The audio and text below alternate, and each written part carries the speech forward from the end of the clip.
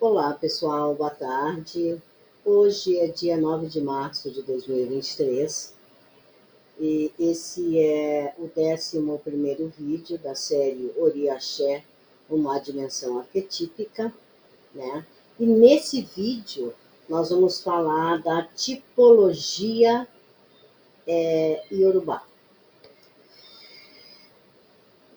O que é a tipologia Iorubá? Nós vamos agora falar dos tipos de famílias, né, do povo Iorubá. Então vamos lá. Então Deus criou o homem à sua própria imagem. A imagem de Deus o criou. Macho e fêmea os criou. Isso está em Gênesis, capítulo 1, versículo 27.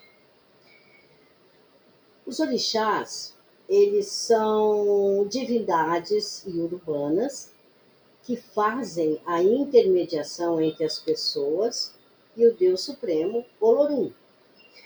Originalmente na África, eles eram cerca de 600, mas algo em torno de 50 chegaram ao Brasil, sendo mais cultuado 16 deles no candomblé e 10 na linha de Umbanda. Muitos deles são reis e rainhas divinizados que vieram de modo excepcional, o que confere uma dimensão mítica ao ser humano histórico.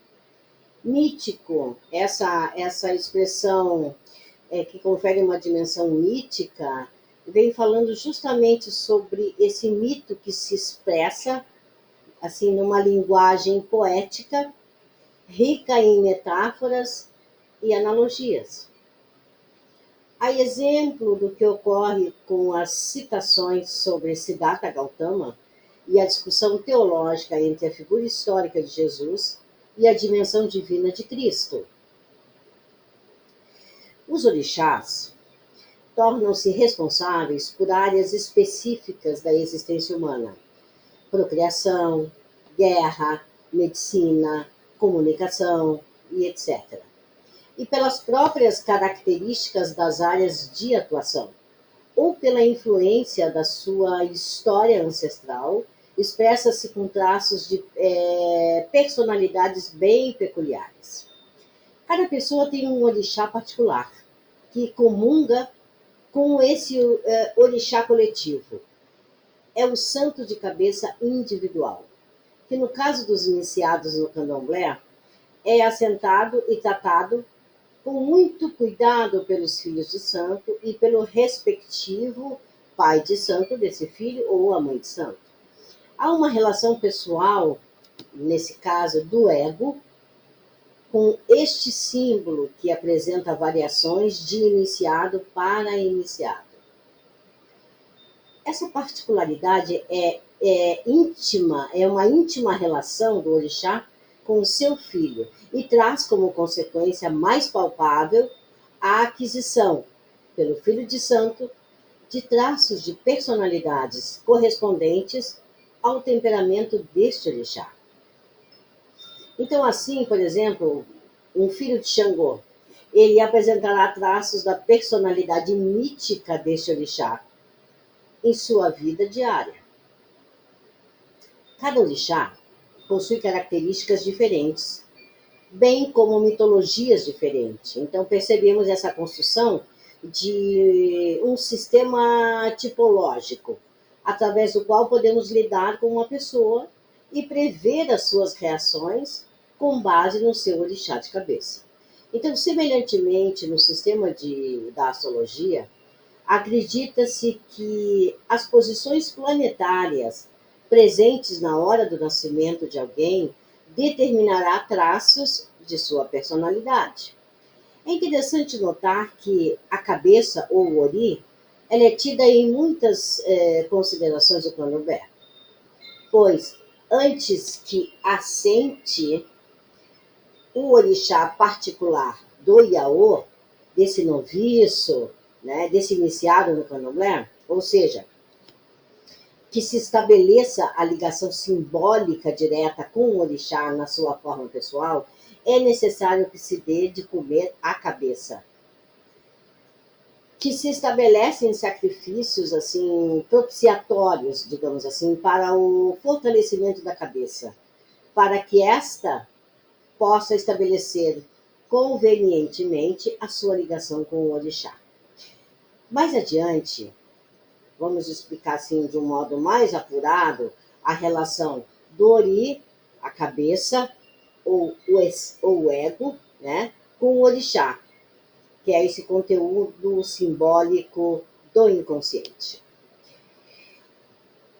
Katia Tori define ori como alma orgânica, perecível, cuja sede é a cabeça, a inteligência, a sensibilidade e etc. Já Prandi afirma que, antes do culto ao Deus, vem o culto à individualidade do homem, a cabeça, o que está dentro da cabeça, o ori. E esta referência deixa bem clara a importância que tem o homem pessoal no culto ao orixá. Para que a viagem ao inconsciente chegue a termo digamos assim, que o processo de individuação se complete, há necessidade de um ego estruturado. Pois, digamos, se assim não for, o embate com as forças inconscientes podem assim desestruturar o ego, levando-o à cisão e impossibilitando a realização do inconsciente. Podemos compreender o ori como o ego, o foco da consciência, que, se comparado ao inconsciente, é como a chama de uma vela na escuridão da noite. Este ego, que principia sua jornada interior na iniciação ritual, ele deve ser fortalecido, e os cuidados à cabeça são incentivados, e eles fazem parte importante dos preceitos de iniciação e de fortalecimento da cabeça do iniciado ao longo do tempo. Então, podemos entender essas afirmações do ponto de vista psicológico como um sonho relatado por Jung, nas Memórias, Sonhos e Reflexões, no livro dele, onde ele diz assim: de noite, num lugar desconhecido, eu avançava com dificuldade contra uma forte tempestade. Havia uma bruma espessa. Ia segurando e protegendo com as duas mãos uma pequena luz que ameaçava extinguir-se a qualquer momento. Sentia que era preciso mantê-la a qualquer custo, pois tudo dependia disso. Subitamente, tive a sensação de que estava sendo perseguido. Olhei para trás e percebi uma forma negra e gigantesca acompanhando os meus passos. No mesmo instante decidi, apesar do meu temor e sem preocupar-me com os perigos, salvar a pequena luz através da noite e da tempestade. Sabia que essa pequena chama era minha consciência, a única luz que eu possuía.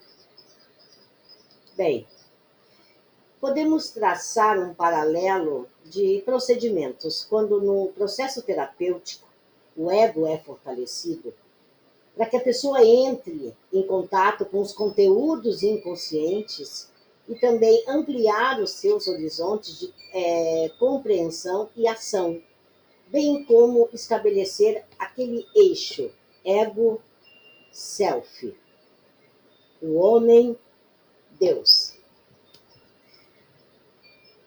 Para se referir aos traços de personalidade ou características míticas de personalidade dos orixás, muitos autores utilizam o termo arquétipo, que nos parece inadequado para este fim.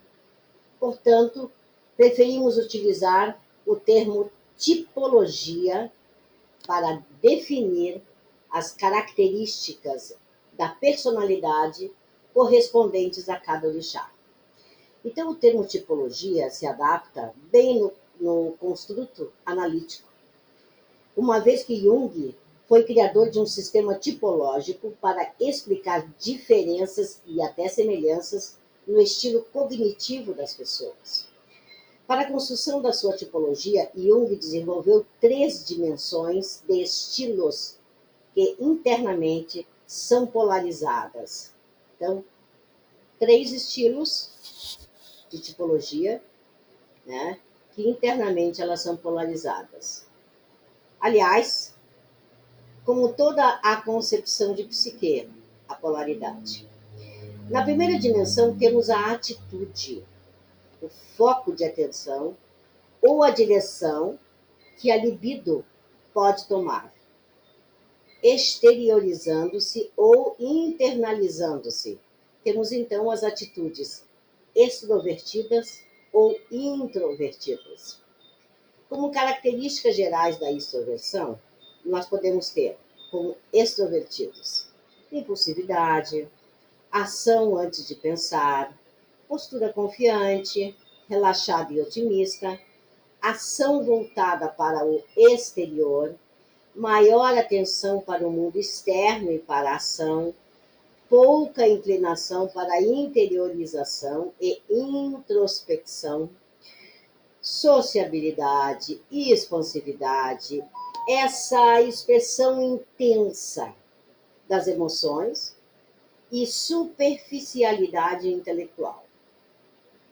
Como características gerais da introversão, nós podemos ter hesitabilidade, pensar antes de agir, uma postura reservada e questionadora, ação voltada para o interior, maior atenção para o mundo interno, esquiva das exigências externas, retraimento social, retenção das emoções, discrição.